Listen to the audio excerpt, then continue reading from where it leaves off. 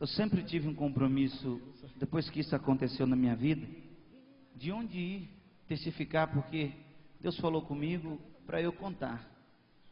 E talvez não pareça, você que está em casa me assistindo, às vezes não parece, mas como eu disse, eu já fui pastor de 3 igrejas. Eu fui consagrado muito novo, eu fui consagrado diácono, eu tinha 15 anos de idade. E eu assumi a primeira igreja, eu tinha 18 anos de idade. E a última igreja que eu pastoreei, houve um fato interessante, porque meu pai me chamou e ele falou assim: Saulo, eu vou te mandar para Pedregulho. Alguém conhece essa cidade? Já ouviu falar disso? Levanta a mão. Uma irmã levantou e já até abaixou para não se condenar. Pedregulho foi onde morou o Horace Quest, que morreu esse tempo atrás, ano passado. Esse tempo atrás, ano passado, tô doido, né? Já está acabando o ano, gente. E é uma cidade que eu brincava que a mesma rua que fala seja bem-vindo já fala volte sempre. Cidade muito pequena. E eu lembro que assim que eu assumi aquela igreja, tinha um grupo muito pequeno de irmãos. Eu lembro que no caminho do carro, meu pai chegou em mim e falou assim: Saulo, vai preparado, porque o templo é grande, cabe umas 500, 600 pessoas, mas lá parece que passou uma enxurrada e levou os vasos tudo embora da igreja. Lá, se tiver muito, tem 4, 5 membros. Eu falei: Deus, Pai de amor e de bondade, me livra. E quando eu cheguei naquele lugar, acabou o ato de posse, uma irmã chegou em mim, pertinho de mim, falou assim: Pai do Senhor, pastor Saulo. Eu falei: Pai do Senhor, minha filha.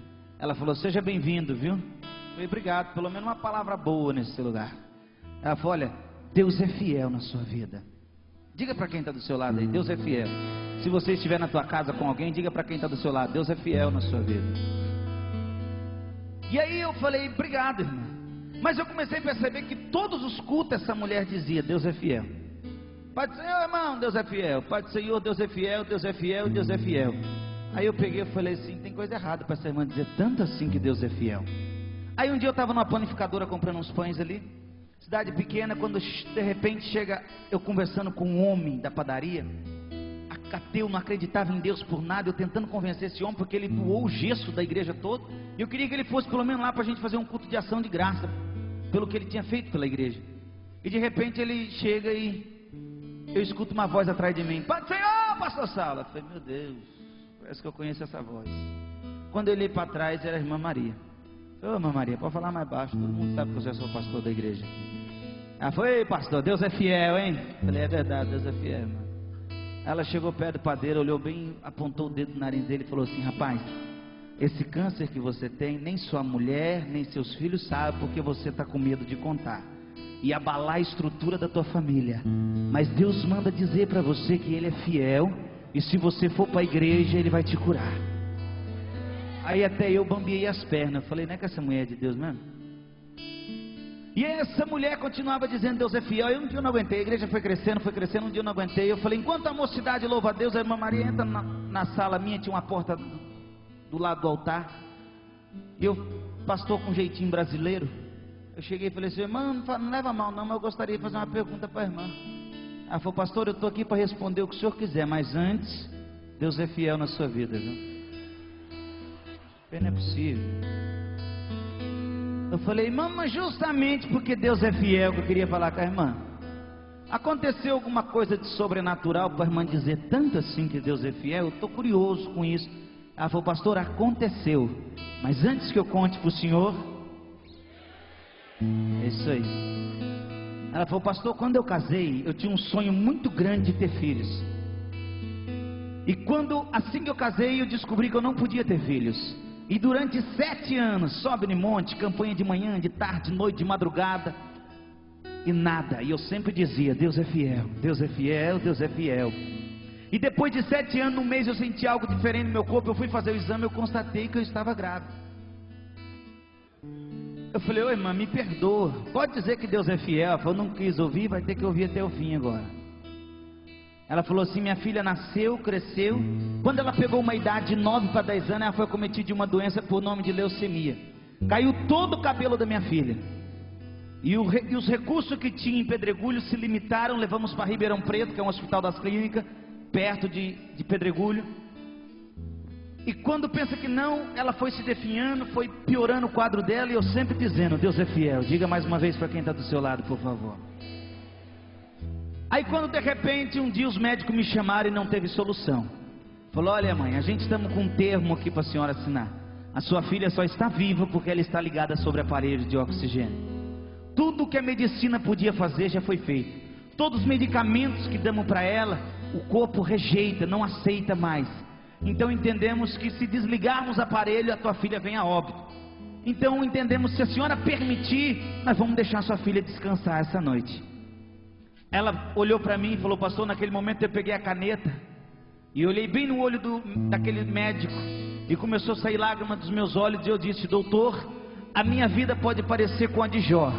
Deus pode dar e Deus também pode levar, mas todavia Deus vai continuar sendo fiel na minha vida por toda a eternidade. A promessa dele já foi cumprida na minha vida.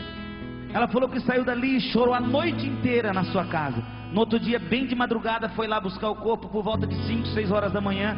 Quando ela chegou na recepção do hospital, ela falou: vim buscar minha filha para fazer o funeral dela. Ela falou assim: qual é o nome dela? Deu o nome. Quando puxou no sistema, falou: olha mãe, calma que eu não tenho uma notícia boa para te dar. Ela falou: não, já sei, morreu, eu vim buscar. Ela falou: não, não é isso não. Essa noite, por volta das 0 horas, os médicos cuidavam do caso dela, desligaram todos os aparelhos do corpo dela. E depois de meia hora, o médico cuidava do caso dela, que estava de plantão, voltou para constatar o óbito dela. O corpo dela já não se encontrava naquele lugar. Não sabemos se pegaram. Sair andando era quase impossível ela ter saído andando de lá.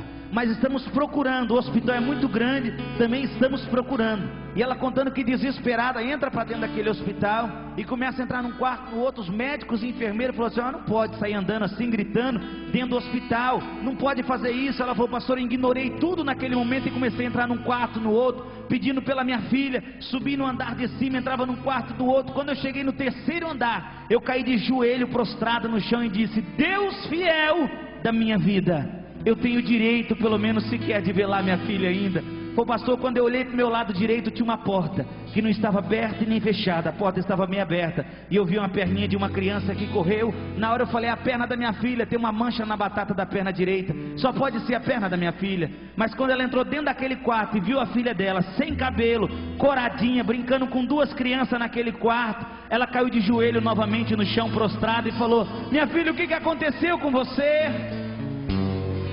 A filha chega perto dela e começa a enxugar as lágrimas dela e disse: calma mãe, eu vou contar para a senhora. Essa noite eu estava num quarto lá em cima, uns homens de branco entrou, desligou todos os aparelhos e me desejaram uma boa viagem. Disseram que eu ia sair dessa vida e nunca mais iria voltar. Despediram-se de mim, viraram as costas e apagaram a luz. Quando eu senti, meu coração foi parando de bater. Naquele momento eu falei: cadê o Deus fiel que a minha mãe falava tanto lá em casa? Quando de repente, mãe, entra um homem de branco novamente dentro daquele quarto. Ele não acendeu a luz, mas eu não conseguia ver o rosto dele porque brilhava mais do que a luz ao sol ao meio-dia. Ele chegou pertinho de mim, me pegou pela mão, colocou sentado, me deu um copo de água, e conforme eu fui beber naquela água, eu fui sentindo meus órgãos voltando a funcionar.